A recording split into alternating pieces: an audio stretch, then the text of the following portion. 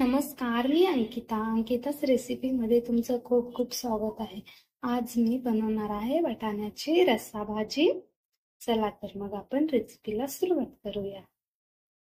वाटाण्याचं एकच कालवण खाऊन असं कंटाळा आला असेल तर आज आपण अशी वेगळी भाजी बनवणार आहे. इथे हिरवे वाटाणे घेतले, ताजे असे स्वच्छ धुवून मस्त शेतातून आणले.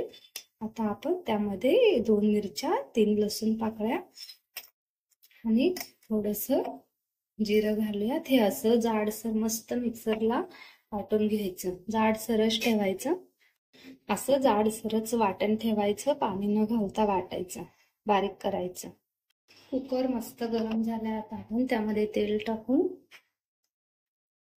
तेल असं छान गरम होऊ द्यायचं. तेल गरम झालं की त्यामध्ये आपण टाकूयात जिरे. असं छान फुललं तडतडलं की त्यामध्ये घालूयात बारीक केलेला लसूण.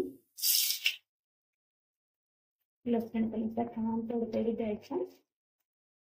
आता आपण त्यामध्ये टाकू 2 मिडियम आकाराचे कांदे बारीक करून घेऊ. एका कांदा टाकून व्यवस्थित फ्राय करून घेऊ. एकदम मस्त फ्राय करून घ्यायचं. त्याला एकदम मस्त असा लालसर रंग आलाय. आता आपण त्यामध्ये बारीक केलेलं टोमॅटो टाकू. टोमॅटो त्यामध्ये छान मॅश होईपर्यंत मिक्स करून घ्यायचं. टोमॅटो आणि कांदा असा उजळून घ्यायला पाहिजे. आपला टोमॅटो पण ते पण आता छान मिळायचे मला. आता आपण त्यामध्ये गरम मसाले ऍड केला. ते हिंग घेतलाय. हिंग टाकले. हिंग ऑप्शनल आहे. हिंग आपल्या आवडीनुसार टाकायचा. सर्व गरम मसाले, धना पावडर, लाल तिखट, लाल एव्हरेस्ट, हळद. आता हे सर्व आपण मसाले मिक्स करून व्यवस्थित परतून घेऊया. छान असं मंद आचेवरती परतून घ्यायचे मसाले. गरम मसाले तर एकदम मस्त फ्राय झाले. तर आपण हे वाटाण्याचं असं बारीक करून घेतलं होतं मिक्सर मध्ये. आता ते टाकूया आणि 1-2 मिनिटाचं छान परतून घेऊया. मस्त असे सर्व मसाले त्यामध्ये मिक्स करून परतून घ्यायचं.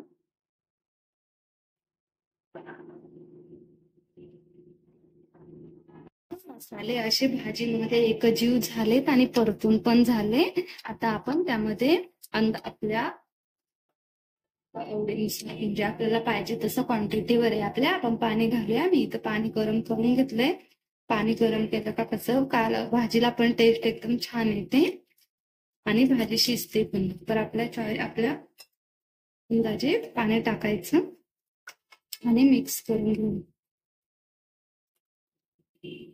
आपण त्यामध्ये चवीनुसार मीठ टाकलं. चवीनुसार मीठ. आता सर्व वाटण मिक्स करून घेऊया.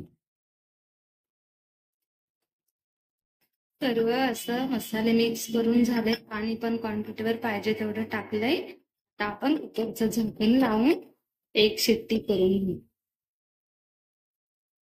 इथे आपल्या वाटाण्याच्या भाजीचा रस्सा असा एकदम मस्त बनून तयार आहे. वाटण करून बनवले.